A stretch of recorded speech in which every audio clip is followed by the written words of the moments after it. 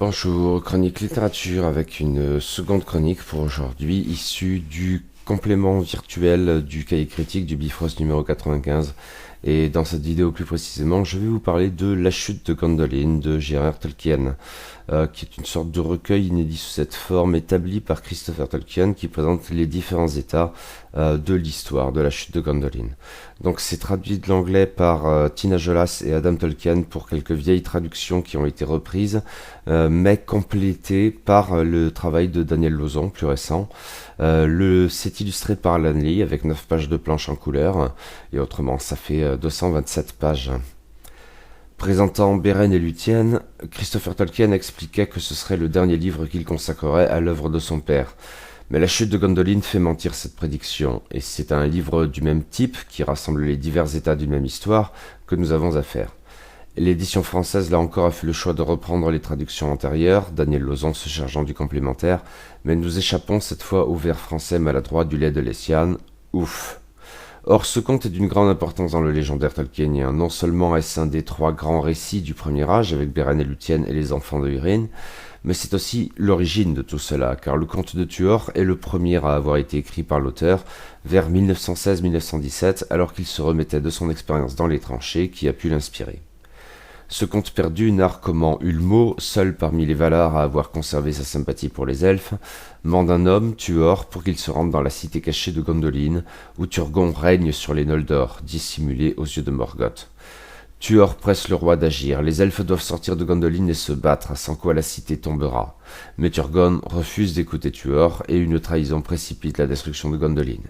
Rares sont ceux qui survivent à la terrible bataille, mais les exilés de Gondolin, tout elfe qu'ils soient, se rallient à la bannière de Tuor qui a épousé l'une des leurs. Leur fils est Erendel, le semi-elfe qui obtiendra des Valar qu'ils viennent au secours de la Terre du Milieu, avant de veiller dans les cieux sur la captivité de Morgoth, jusqu'à ce que l'ultime prophétie de Mondos se réalise.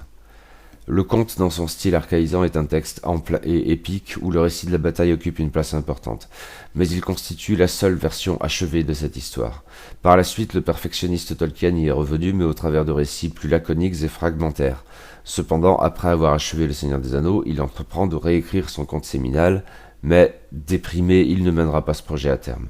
La dernière version est donc celle des contes et légendes inachevés, récit qui s'interrompt au moment où Tuor contemple pour la première fois Gondolin. Sa vie dans la cité cachée n'est donc pas abordée et la bataille pas davantage.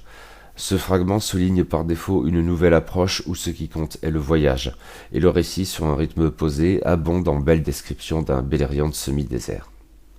Le récit a beaucoup évolué et Christopher Tolkien en livre un commentaire qui passionnera les amateurs d'exégèse.